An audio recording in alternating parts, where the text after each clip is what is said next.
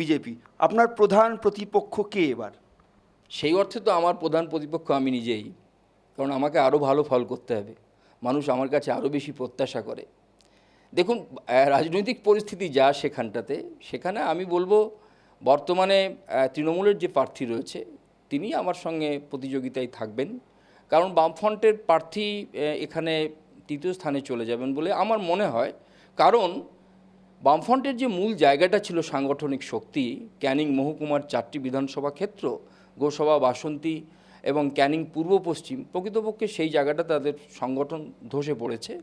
এবং সুভাষবাবু যিনি প্রার্থী হয়েছেন বামফ্রন্টের আরএসপির পক্ষ থেকে, তিনি ওখানে দীর্ঘদিনের এমএলএ ছিলেন এবং তার আগে তিনি 3বার শেষমন্ত্রী ছিলেন বামফ্রন্ট সরকারের সময়ে, এবং তার আগে কিন্তু 29 বছর সেখানে আরএসপি দলের পক্ষ থেকে এমপি ছিলেন।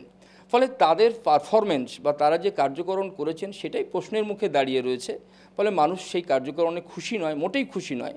এবং এমন কোনো জোয়ার পশ্চিমবাংলায় সৃষ্টি হয়নি যে তৃণমূল কংগ্রেসের প্রতি যতই বিরোধিতা থাক না কেন বামফ্রন্টের প্রার্থীকে মানুষ হৈ হৈ করে জিতিয়ে দেবে, এই পরিস্থিতি পশ্চিমবাংলায় তৈরি হয়নি। ফলে আমি মনে করি এখানে প্রতিদ্বন্দ্বী হিসেবে থাকবেন তৃণমূল কংগ্রেসের প্রার্থী, তিনিই থাকবেন প্রতিদ্বন্দ্বিতায়। মিঠু, আমরা কথা বললাম জয়নগর লোকসভা কেন্দ্রের এসইউসিআর প্রার্থী তরুণের আগে হুমকি, সন্ত্রাস, এইটা জয়নগরে তার কি প্রভাব পড়ছে বা কতটা হচ্ছে?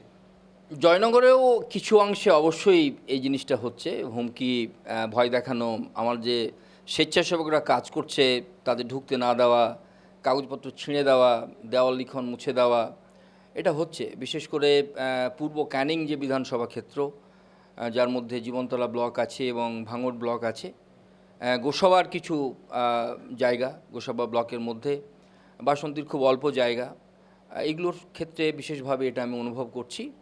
এবং এটা বলা যেতে পারে পশ্চিমবাংলায় বামফ্রন্ট আমল থেকে যে ট্র্যাডিশন তৈরি হয়ে রয়েছে, এখন বর্তমান শাসক দলও ঠিক সেই সমস্ত সমাজবিরোধী বা যারা এই সমস্ত কাজ করেন, সন্ত্রাসের কাজ করেন, তাদের দলের মধ্যে টেনে নিয়ে এসে এই কাজটা করছেন। এবং তারা যে আমাকেই প্রধান প্রতিপক্ষ মনে করছেন সেটা খুব পরিষ্কার, কারণ অন্য দলের বা অন্য যে প্রার্থী রয়েছে, আপনি যেটা পঞ্চমুখী বললেন, তাদের কিন্তু মোছা হচ্ছে না বা তাদের হুমকি দেওয়া হচ্ছে না।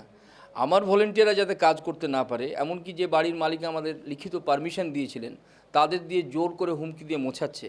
যে আমি কালকে একটা বাড়িতে খেলাম, কালকে গোসাবাতে প্রচারে গিয়েছিলাম, তিনি আমাকে বলছেন যে আপনি চলে যাওয়ার পরেই আমি কেন আপনাকে খাইয়েছি এ বাড়িতে, তার জন্য আমাকে হুমকি পেতে হবে। তো আমি কালকে মিটিং করেও সেখানে বলেছি যে এটা কোনো গণতান্ত্রিক পরিবেশ নয়।